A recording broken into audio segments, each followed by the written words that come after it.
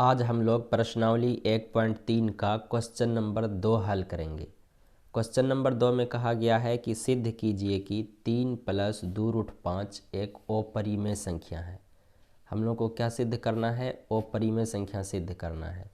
तो सबसे पहले क्या करना है, ऐसा जो भी सवाल आए जिसमें कहा जाए कि सिद्ध कीजिए कि ये अपरिमेय संख्या है, तो पहले आपको मान लेना है, माना कि ये एक परिमेय संख्या है, यानी उसका जस्ट अपोजिट मान लेना है।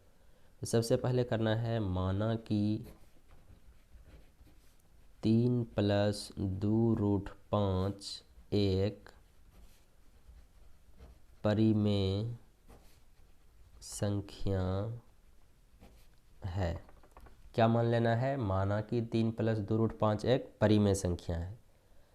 अब हम लोग जानते हैं कि जो परिमेय संख्या होता है वो किस रूप में होता है? p/q के रूप में होता है, यानी कि बटे के रूप में होता है, फ्रैक्शन के रूप में होता है। तो हो जाएगा इसलिए 3 + 2√5 बराबर p/q।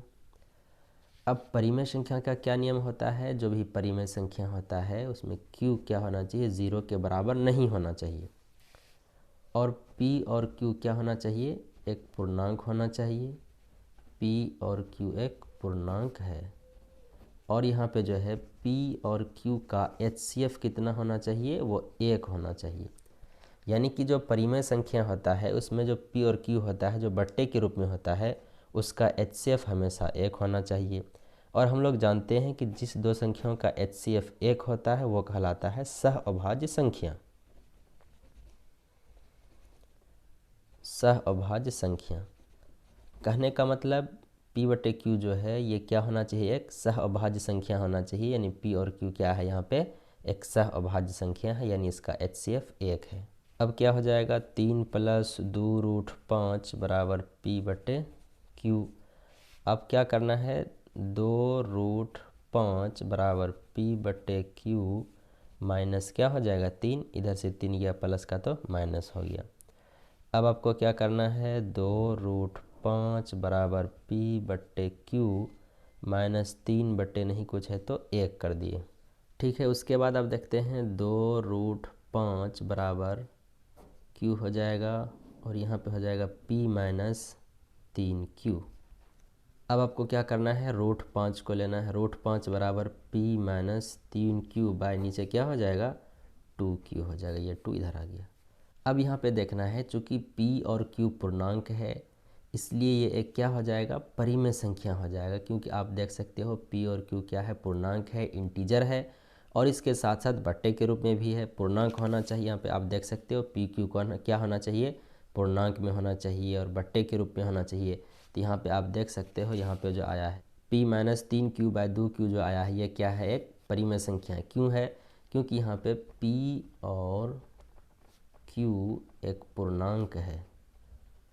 p और q एक पूर्णांक है, इसलिए p - 3q बाय 2q एक परिमेय संख्या होगी। एक परिमेय संख्या होगी।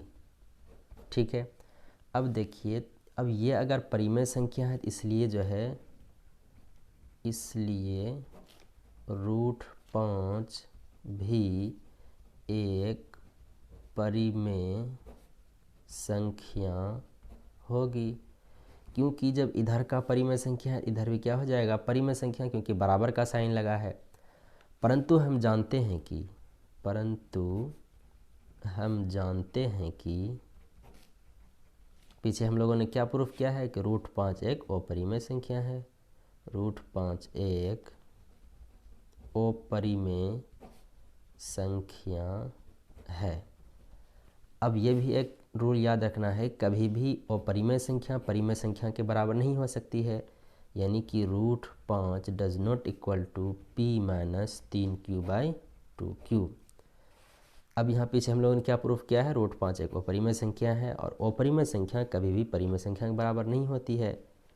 अब यहाँ पे लिखना है, यह विरोधाभास हमारी गलत कल्पना के कारण हुआ। ये जो विरोधाभास प्रकट हो रहा है, यानी कि √5 क्या हो रहा है, यहाँ पे परिमेय संख्या नहीं हो रहा है। ये क्यों ऐसा हो रहा है? क्योंकि हम लोगों ने ऐसा गलत कल्पना किया था। गलत कल्पना क्या किया था कि 3 + 2√5 एक परिमेय संख्या है, अतः 3 + 2√5 एक अपरिमेय संख्या है।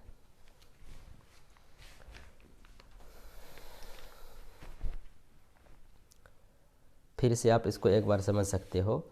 जैसे सबसे पहले क्या कर लेना है, मान लेना है कि 3 + 2√5 एक परिमेय संख्या है, क्योंकि हमें अपरिमेय सिद्ध करना है। चूँकि हम लोग जानते हैं परिमेय संख्या क्या होता है, P/Q के रूप में होता है। 3 + 2√5 बराबर क्या हो गया, P/Q। और जो परिमेय संख्या होता है उसमें क्या होता है, Q 0 के बराबर नहीं होना चाहिए और P और Q क्या होना चाहिए, एक पूर्णांक होना चाहिए। यहाँ पे P और Q एक पूर्णांक है। और परिमेय संख्या का रूल है कि जो P और Q है यानी कि बट्टे के रूप में जो है, जो अंश और हर है उसका HCF 1 होना चाहिए, यानी कि हाईएस्ट कॉमन फैक्टर केवल 1 होना चाहिए। अब जिसका हाईएस्ट कॉमन फैक्टर 1 होता है वह संख्या कहलाती है सहअभाज्य संख्या, यानी कि को प्राइम नंबर कहलाता है। अब आपको क्या करना है, 3 + 2√5 बराबर P/Q।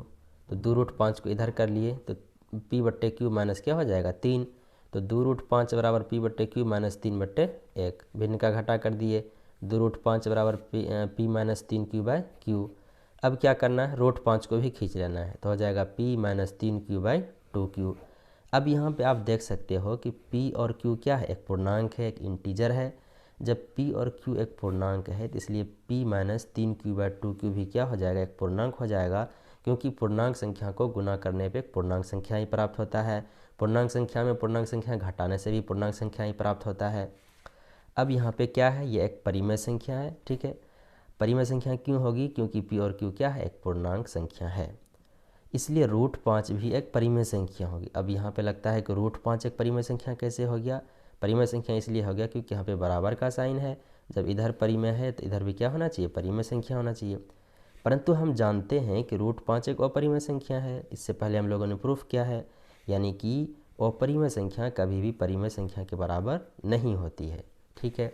अब क्या हो रहा है, यह विरोधाभास यानी कि ये जो उल्टा हो रहा है हमारी गलत कल्पना के कारण हुआ है कि 3 + 2√5 एक परिमेय संख्या है, क्योंकि हम लोगों ने ऐसा गलत माना है। इसलिए क्या है, 3 + 2√5 एक अपरिमेय संख्या है।